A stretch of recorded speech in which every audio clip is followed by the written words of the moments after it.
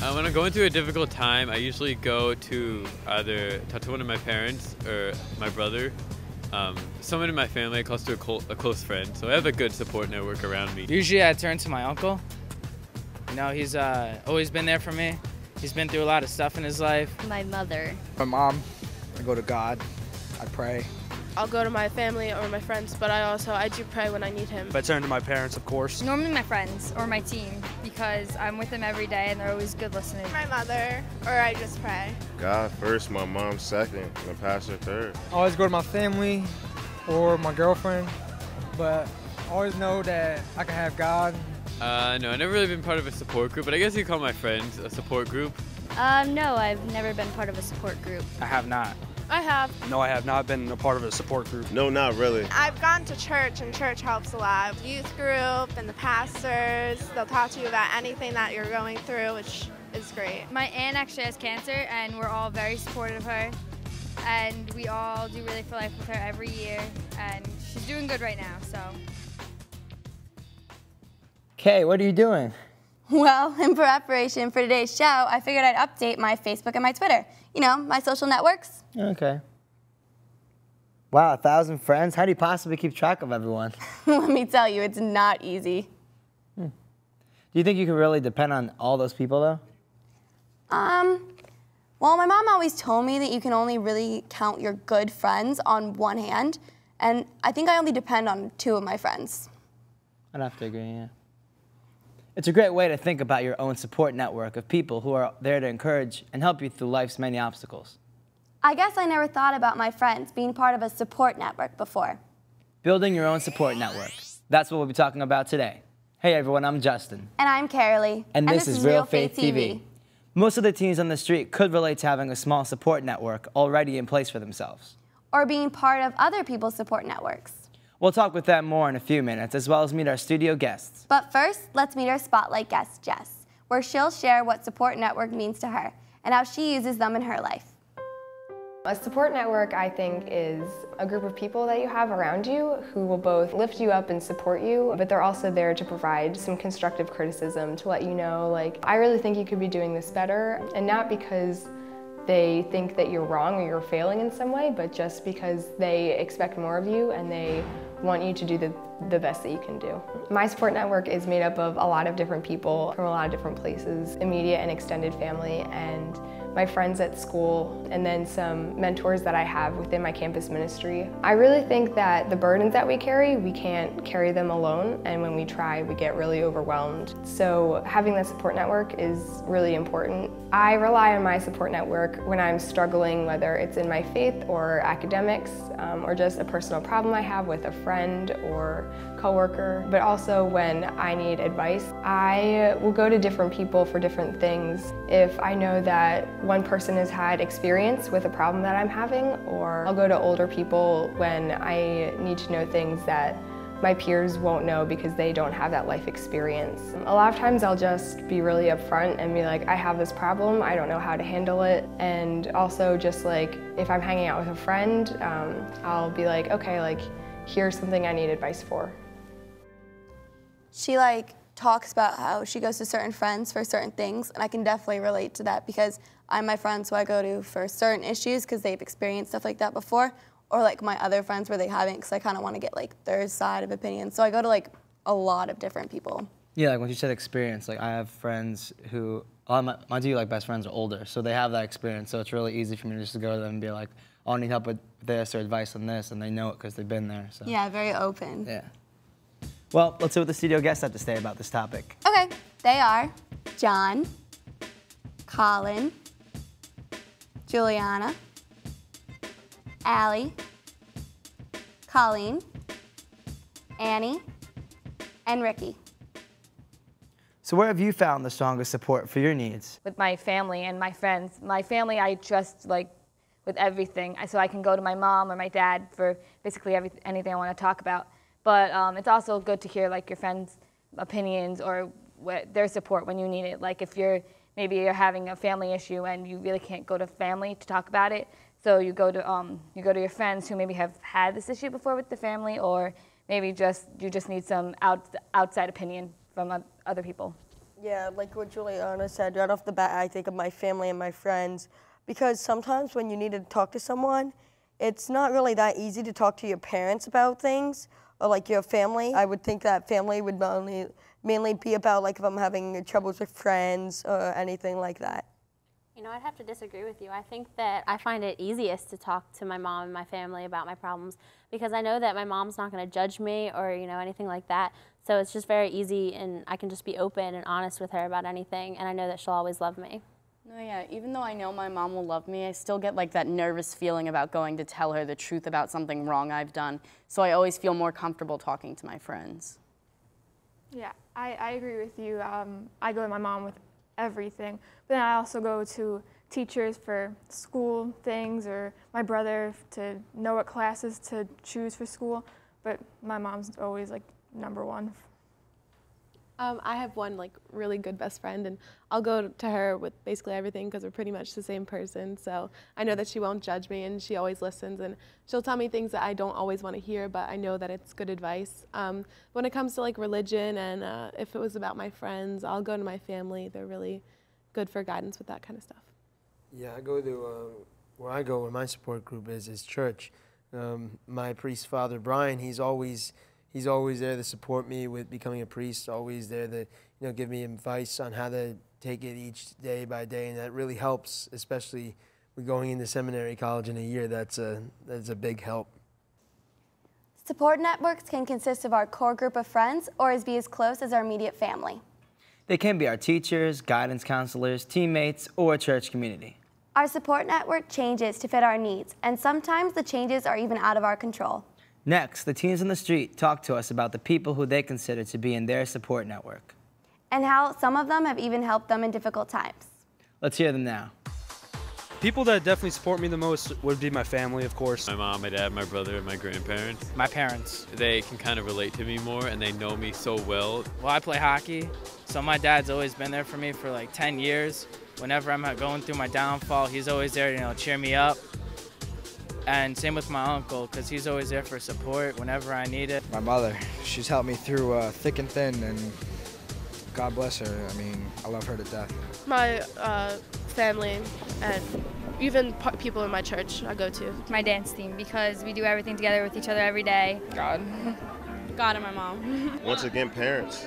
Like, they're the one people that you could go to no matter what happens. When I ask for help, people usually help me with whatever I need to because I'm a nice kid. I treat everyone fair. I normally don't ask for help that much. I'm one of those people that I like doing things by myself, but when they ask for help, they do help me. Well, they usually help me out and stuff. Usually they're pretty good. I'm lucky for that. Usually they help me out. I have good friends, they're good people around me. Some people blow me off and they say it's nothing, don't worry about it, it's just life. Other people help me out. Help me cope with it and go through it. They'll either just dismiss like I didn't ask for help, or they'll help me but not in exactly a willing way, almost as a chore. Usually with open arms, they're willing to help. They're willing to sit down, talk about the situation, see what they can do to make it better.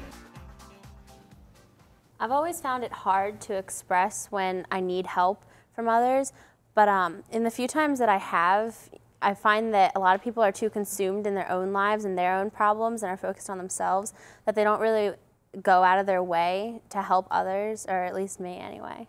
That's happened. Sometimes I've needed help and people haven't given out a hand, but a lot of times there's always been someone there. Most of the time, someone's always been there. Even though I'm not really friends with the people, a lot of people do help rather than not help. I think it depends who I'm going to. Like my dad is always, walk it off. But I have one friend who helps maybe too much. I feel like I always have to do something to repay her. Well, I guess I'm lucky because it sounds like people don't always have that person that cares about them that much, because my neighbor, she's always right up there. She's she can tell when I'm upset and I'm like, oh, it's fine. It's not really bothering me. She knows it is, and she won't give up until I tell her and until it's resolved. I think a lot of the time it's not that people don't want to help, but maybe they don't know how, or they don't really understand that it's a big issue to you. Maybe it seems small to them, or a lot of the time they're afraid or they don't know what to say because it's something major, like somebody died, and they're afraid to approach you because they're not sure, how to help. There's times where I'm on Twitter or Facebook and I see posts of people that are upset or, even says like I need someone to talk to. So I reach out to them, and I never let that opportunity to help someone else pass me by. When you begin to build your network, you may be shy about approaching someone for help. Sometimes we can feel as though we should be able to handle our issues ourselves and feel a sense of shame in asking for help. Nothing could be further from the truth. That's the good news. People are honored to help. It makes the soul feel good. By not asking for help, we risk inhibiting the flow of grace from the Holy Spirit, who works through the hands of all of us. Networking also brings with it the building of relationships. You never know if you may wind up being a source of help and inspiration to the people you may have turned to in times of need. Let's go back to our spotlight guest, Jess, where she talks about some of the people she goes to for help. And how getting involved with faith-based organizations has broadened her support network.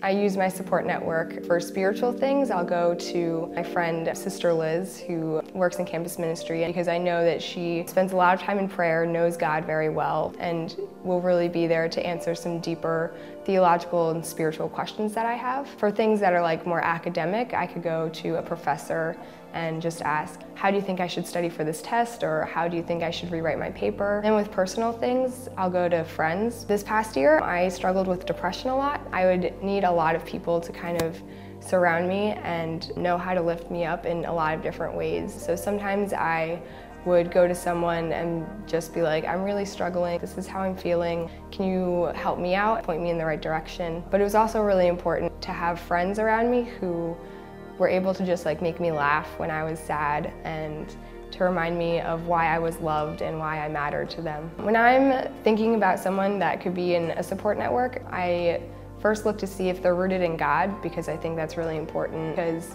they're rooted in not just like how to live life here on earth, but how to get to heaven. The campus ministry at my school really helped me and is a great support network, because even though a lot of them don't know what I struggle with, they know who I am, they know my personality. So if they see me kind of down one day, they'll be like, Jess, are you okay? And just really be there to remind me the main goal is heaven. In terms of like a bigger support network, I've turned to professional help myself, and it was scary going into it for sure, but I found that I really needed it and it was invaluable once I was there. How does a faith approach differ from other means of building your support network?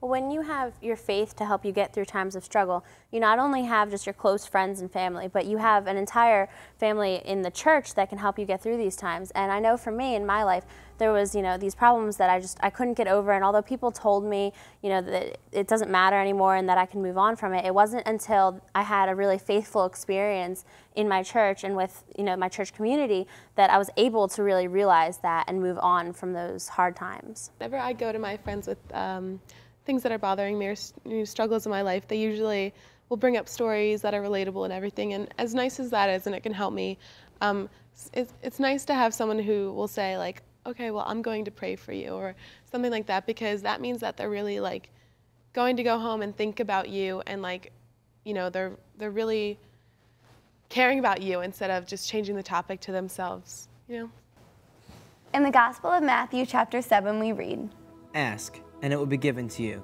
Search, and you will find. Knock, and the door will be opened to you. For the one who asks always receives. The one who searches always finds. The one who knocks will always have the door opened. When we are struggling with a problem, it is easy to feel alone or even abandoned. We feel misunderstood and out of place.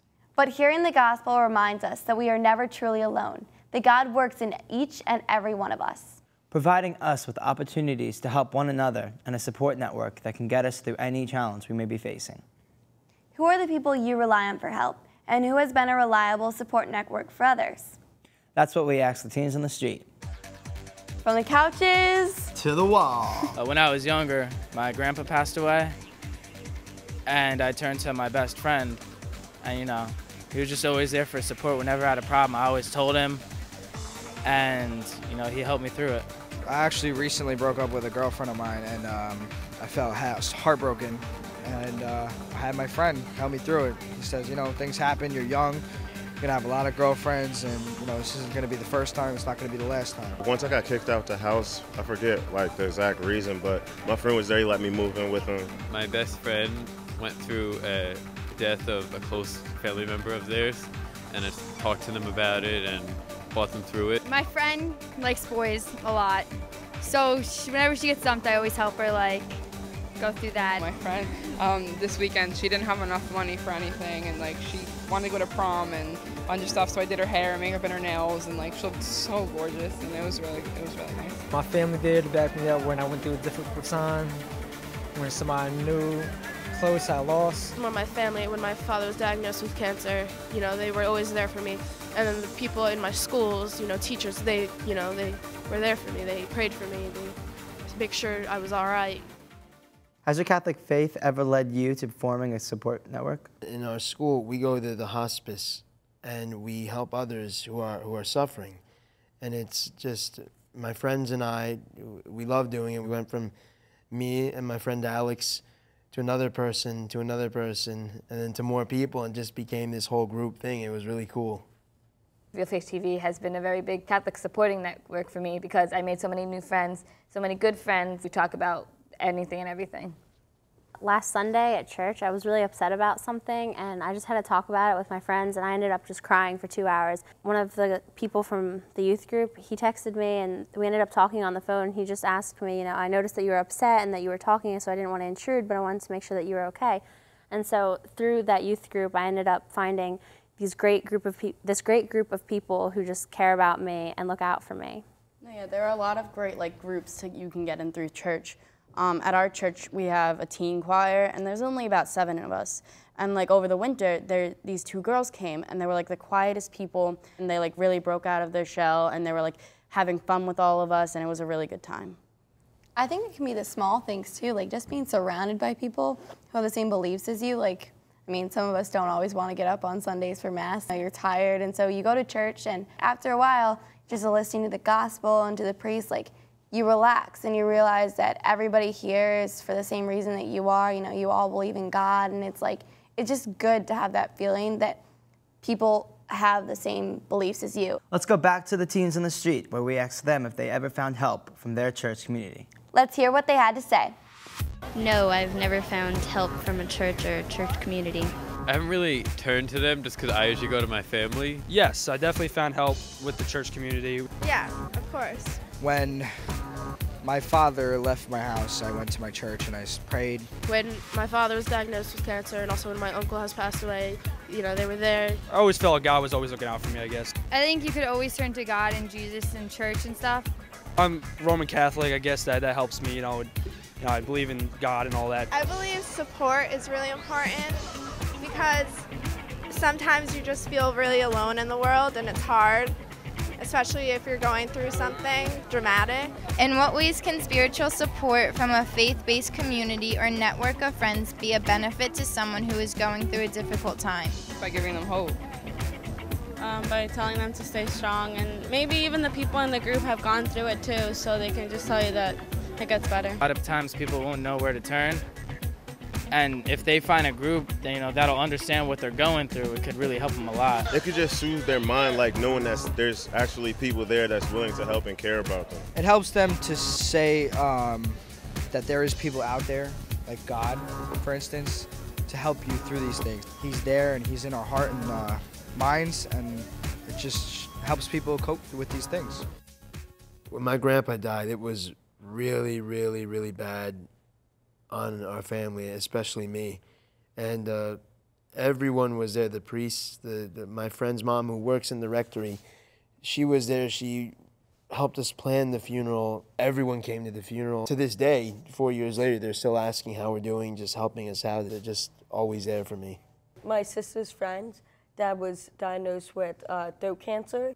My sister's friends decided that they wanted to start a lemonade stand to get money to help him pay for all his medical bills. And so then the church found out, and they wanted to get involved. So it was really neat to see how many people joined together to try to save a life. At my church, there's this guy who I see every week, and I went over and talked to his mom and him, and we talked to him about the youth group that I go to, and we invited him to that, which starts back up during the school year. And then he Facebook messaged me later on, and he just talked to me, and he said, I'm really thankful that you came over and talked to me, and that there are other teenagers that are, so faithful, because I don't have anybody to talk to about my faith, and a lot of the times with my friends I feel outcasted. So knowing that my youth group and just myself talking to him about it was helpful.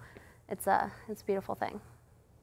While the support of friends, family, and our school can help us in times of need, we can't fully embrace God's hand in our decisions without spiritual guidance. Let's go back to our spotlight guest, Jess, where she'll discuss the importance of spiritual guidance. And how examples from the Bible inspire her in her faith life and in building her own support network. Spiritual guidance is really important in a support network because when we're suffering or struggling in some way, things of the earth can help for a little bit of time, but ultimately spiritual stuff is what is going to really uplift your soul. Just knowing that someone is there trying to get you to heaven, trying to get you closer to Christ is really important so that they can pray with you and let you know that you're not alone. Turning to Christ is the most important thing that you could do because ultimately Christ is the source of our life and He's love and hope. I think a really awesome support network in the Bible is the apostles and the disciples after Jesus ascended into heaven because they were really rooted in bringing others to Christ and bringing others into heaven. They were often put in a lot of struggles and hard times, but they knew that they didn't have to fear because they weren't alone. Prayer is a huge support for me because I found that it's really important to be honest with God where you're at, whether you're sad or you're angry with Him or whatever. Just being really honest in prayer, He's really able to point you in the right direction or console you. One Bible story that really helped me out in trusting that God would always take me back was the prodigal son story. That's like a classic, everyone knows it, but someone explained it to me in a different way that I'd never heard of, in that why it's important to be honest with God. You know, you have the two brothers, and the one brother who stayed home, he did everything right, he said all the right words, but he wasn't being honest with how he felt, and ultimately it was the honest but disobedient son who was the changed one. He came back changed, and he came back knowing what his life was about and how to move forward. As Jess mentioned, friends can be wonderful for emotional support. And of course, you want to rely on them. But sometimes we need to broaden our view of who may give us the best support. Maybe you'll want to start with asking your friends who they have as a go-to person when they seek advice. Then start observing in your school, parish, where you may volunteer or work. See which people seem to have a positive attitude and sound reasoning. Finally, Jessica gives us some advice on how to go about building your own support network. Let's hear her now. I think when you're a teenager, it's really difficult to know who you are in life. You're still figuring it out. They're facing kind of struggles for the first time, a lot of them, really big struggles like peer pressure, eating disorders, or depression, stuff like that. I think having that support network there lets them know that they're not alone, but also kind of like guidance and support. Some advice I would give to teenagers building their own support network. Definitely go to your friends if they have your best interest in mind because you're hanging out with them a lot. You can tell them, you know, kind of anything. That's when lifelong friendships begin, I think. And also don't be afraid to go to people who are older than you because they have had more life experience, so they kind of know what they're talking about even if we like to pretend that they don't. I think someone religious is really important, like a priest or a deacon or a sister. Some advice I would give to teenagers who are in someone's support network, always listen first. You don't have to have the right words and you don't have to fix someone. That's not your job. And ask them if they need a hug or ask them what they need. If they do need to go to professional help, don't hesitate to let someone know, like a teacher or a counselor, if they're struggling in any way with hurting themselves or others. And they might get angry at you at first, but really it's in their best interest. You know, you have to look out for them as a whole, not just your friendship with them. Advice I have in choosing a network, look at the people that you're surrounded with and see where they're at, what they might be struggling with, how they view the world, how they view God, how their relationship with God is. You can have people in your support network who aren't as religious, but having people rooted in Christ will really bring you to where you're supposed to be instead of just kind of distracting you or uplifting you in little ways. Support groups are really important support networks, I think, because they're made up of people who know exactly what you're going through. They know exactly how you feel. And a lot of times they are run by older people as well who kind of help guide it and are professional. There are tons and tons of support groups out there. They're very easy to find if you just go online. What Jess said really stuck with me about when we build these social groups with faith, it leads us back to Christ, who is life itself, who is our hope, and you know that really sticks with me. I like that a lot. No, yeah, and I feel like even if you don't have like a person to talk to, you always have God, and like even though you're not comfortable talking to another person, you can always like talk to him in thought, or you can always think out your feelings, and then he will always be there for you no matter what you do. I also like what Jess said about listening. Like, I feel like this whole episode we've talked about what we look for in groups and everything, but I think it's important to remember our part in the group. I think it's important to listen to your friends or who's ever coming to you. Some of us like the religious aspect of a response to a situation and others don't, so take from their body language and really be there for them in the way that you think that they would really appreciate. Finding a mentor is an excellent start in building your support network. Start by examining all the areas of your life. Where might you anticipate needing a helping hand? Who do you know that has established a career in something you're interested in? Who may help you best with the college application process? Before and during your discernment of possible mentors, remember, Jesus sent the Holy Spirit as our advocate. Always pray for the guidance of the Holy Spirit. Because in the Gospel of John, chapter 14, Jesus tells us, "And I will ask the Father, and he will give you another advocate to be with you forever." So do you have a story about building a support network that helped you overcome a difficulty? We'd love to hear from you. Contact us at realfaithtv.com. Or share your thoughts with us on Twitter. And we'll leave you today with this passage from St. Paul's letter to the Philippians, chapter 4. If there is anything you need, pray for it, asking God for it with thanksgiving. And the peace of God, which is much greater than understanding, will guard both your thought and your heart. Thanks for watching. We'll see you next time on Real Faith TV. God bless.